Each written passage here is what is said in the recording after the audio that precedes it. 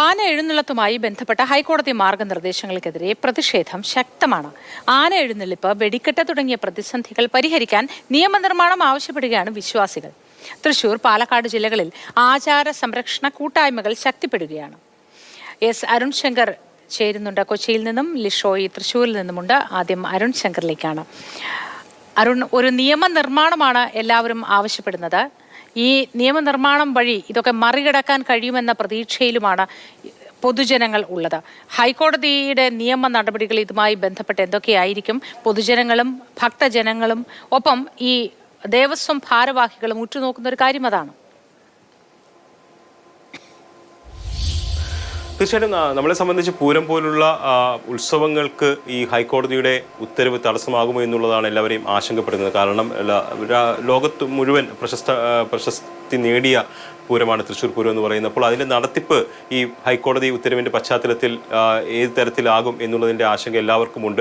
അപ്പോഴാണ് ഇക്കാര്യത്തിലൊരു നിയമനിർമ്മാണം സാധ്യമാണോ എന്നുള്ളൊരു ചോദ്യം പ്രധാനമായിട്ടും ഉയരുന്നത്. ഇപ്പോൾ ഹൈക്കോടതി പറഞ്ഞിരിക്കുന്നത് ഒരു മാർഗ്ഗനിർദ്ദേശം പുറപ്പെടുവിച്ചിട്ടുണ്ട്. ആ മാർഗ്ഗനിർദ്ദേശത്തിൻ്റെ അടിസ്ഥാനത്തിൽ ചട്ടങ്ങൾ രൂപീകരിക്കാനാണ് സംസ്ഥാന സർക്കാരിനോട് ആവശ്യപ്പെട്ടിരിക്കുന്നത്. നിലവിലെ നിയമത്തിൻ്റെ അടിസ്ഥാനത്തിൽ മാത്രമേ സർക്കാരിന് ചട്ടവും രൂപീകരിക്കാൻ പറ്റൂ. അപ്പോൾ അങ്ങനെ വരുമ്പോൾ അത് കൂടുതൽ നിയന്ത്രണങ്ങൾ വരാനുള്ള സാധ്യതയുണ്ട്. പക്ഷേ നമ്മുടെ മുന്നിൽ ഇത്തരത്തിലുള്ള പ്രതിസന്ധികൾ മുൻപ് ഉണ്ടായിട്ടുണ്ട്. 2014 അന്ന് സുപ്രീം കോടതി തമിഴ്നാട്ടിലെ പ്രശസ്തമായ ജല്ലിക്കെട്ടിന് നിരോധനം ഏർപ്പെടുത്തിയിരുന്നു. കാളകൾക്കെതിരായ ക്രൂരത അവസാനിപ്പിക്കുക എന്ന ലക്ഷ്യത്തോടു കൂടിയാണ് ജല്ലിക്കെട്ടിന് രാജ്യവ്യാപകമായിട്ട് നിരോധനം ഏർപ്പെടുത്തിയത്. ഇതിനെതിരെ തമിഴ്നാട്ടിൽ വലിയ രീതിയിലുള്ള പ്രതിഷേധങ്ങൾ ഉയർന്നു. അങ്ങനെ 2017 ഈ പ്രതിസന്ധി മറികടക്കാൻ വേണ്ടിയിട്ട് കേന്ദ്ര സർക്കാർ ഒരു വിജ്ഞാപനം പുറത്തിറക്കി. അതിനുശേഷം 2017 തന്നെ സംസ്ഥാന സർക്കാർ, തമിഴ്നാട് സർക്കാർ ഈ നിയമത്തിൽ ചില ഭേദഗതികളൊക്കെ കൊണ്ടുവന്നു. അങ്ങനെ ജല്ലിക്കെട്ട് നടക്കാനുള്ള ഒരു സാഹചര്യം അവർ സൃഷ്ടിക്കുകയാണ് ചെയ്തത്.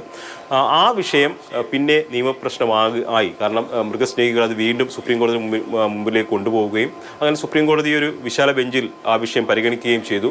ആ ബെഞ്ച് പക്ഷേ ജല്ലിക്കെട്ടിന് അനുകൂലമായിട്ടുള്ള അല്ലെങ്കിൽ ആ നിയമ ഭേദഗതിയെ അംഗീകരിച്ചുകൊണ്ടുള്ളൊരു നിലപാടാണ് എടുത്തിരിക്കുന്നത്. ഈ വിഷയങ്ങളൊക്കെ തന്നെ കുറച്ചുകൂടി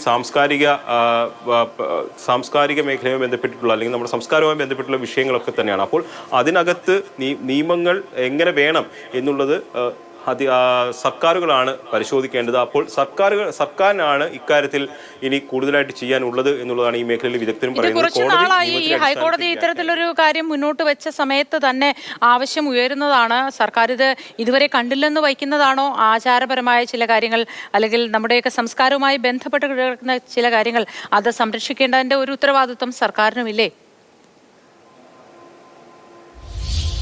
തീർച്ചയായിട്ടും സർക്കാരിന് രണ്ട് ഉത്തരവാദിത്വമുണ്ട്. സർക്കാരിന് സംസ്കാരങ്ങൾ സംരക്ഷിക്കേണ്ട ഉത്തരവാദിത്വം, അതോടൊപ്പം തന്നെ മൃഗങ്ങൾക്കെതിരായിട്ടുള്ള അതിക്രമങ്ങൾ അല്ലെങ്കിൽ ക്രൂരത തടയേണ്ട ഉത്തരവാദിത്വം സർക്കാരിനുണ്ട്. ഇത് രണ്ടും കൂടെ ബാലൻസ് ചെയ്തുകൊണ്ട് മാത്രമേ സർക്കാരിന് മുന്നോട്ട് പോകാൻ കഴിയുള്ളൂ. ഏതെങ്കിലും ഒന്നിനെ മാത്രം സംരക്ഷിക്കുക എന്നുള്ളത് സർക്കാരിന് ചെയ്യാൻ കഴിയില്ല. പക്ഷേ നമ്മുടെ സാംസ്കാരിക തനിമ വിളിച്ചു വന്ന പൂരം പോലുള്ള വലിയ ഉത്സവങ്ങൾ നടക്കേണ്ടതുണ്ട്. അത് നമ്മുടെ ഒരു മുഖമുദ്ര, നമ്മളുടെ ഒരു വിലാസമായിട്ടാണ് ലോകത്തിന് മുന്നിൽ അവതരിപ്പിക്കുന്നത്. അപ്പോൾ അതിനെയൊക്കെ സംരക്ഷിക്കേണ്ട ഉത്തരവാദിത്വവും സർക്കാരിനുണ്ട്. അതിനു വേണ്ടിയിട്ടുള്ള നിയമനിർമ്മാണങ്ങൾ, നിയമ ഭേദഗതികളൊക്കെ സർക്കാരിന് കൊണ്ടുവരാൻ കഴിയും. പക്ഷേ അത് എപ്പോഴായിരിക്കും ഉണ്ടാവുക? കാരണം ഇങ്ങനൊരു പ്രതിസന്ധി മുന്നിൽ നിൽക്കുന്നു. ഇപ്പം നമുക്കറിയാം, തൃപ്പൂണിത്തറ പൂർണ്ണത്രേശ്വര ക്ഷേത്രത്തിൽ എഴുന്നള്ളിപ്പുമായി ബന്ധപ്പെട്ടിട്ടുള്ള വിഷയത്തിൽ കോടതി ഇടപെട്ടിരുന്നു. അതിന് ഇളവ് ദേവസ്വം ചോദിച്ചിരുന്നു. പക്ഷേ ഇളവ് അനുവദിക്കാൻ ഹൈക്കോടതി തയ്യാറായില്ല. അതിനുശേഷം അവർ പഴയ രീതിയിൽ തന്നെ എഴുന്നള്ളിപ്പ് നടത്തുകയും അത് കോടതിയിൽ വീണ്ടും വരികയും ചെയ്തിട്ടുണ്ട്. അപ്പോൾ നിയമപരമായിട്ടുള്ള ഒരുപാട് പ്രശ്നങ്ങൾ ഈ വിഷയത്തിൽ അടങ്ങിയിട്ടുണ്ട്. അപ്പോൾ ശാശ്വതമായിട്ടൊരു പരിഹാരമാണ് ഇതിൻ്റെ ആവശ്യം. അപ്പോൾ അതിനകത്ത്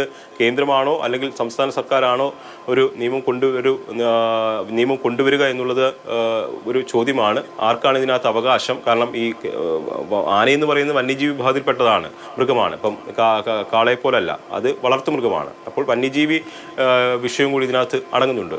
അപ്പോൾ രണ്ട് സർക്കാരുകൾക്കും ഇക്കാര്യത്തിൽ നിയമനിർമ്മാണം നടത്താൻ കഴിയുമോ എന്നുള്ളതൊക്കെ തന്നെ ചർച്ചയാകുന്നുണ്ട്. പക്ഷേ എന്തായാലും ജനങ്ങളെ സംബന്ധിച്ചും അതോടൊപ്പം തന്നെ ഈ പൂരപ്രേമികളെ സംബന്ധിച്ചൊക്കെ തന്നെ അത് തടസ്സം കൂടാതെ നടക്കണം എന്നുള്ളതാണ്. അതോടൊപ്പം തന്നെ നേരത്തെ പറഞ്ഞതുപോലെ ഈ മൃഗങ്ങൾക്കെതിരായിട്ടുള്ള അതിക്രമങ്ങളുമായി അവരെ ക്രൂരത കാണിക്കുന്നതൊക്കെ തടയണം. അപ്പോൾ ആ രണ്ടും ബാലൻസ് ചെയ്തിട്ടുള്ളൊരു സമീപനം സർക്കാരിന്റെ ഭാഗത്തുനിന്ന് ഉണ്ടാകും. അതെ, ഇരു വിഭാഗങ്ങളും അത് നോക്കിയേ കഴിയൂ.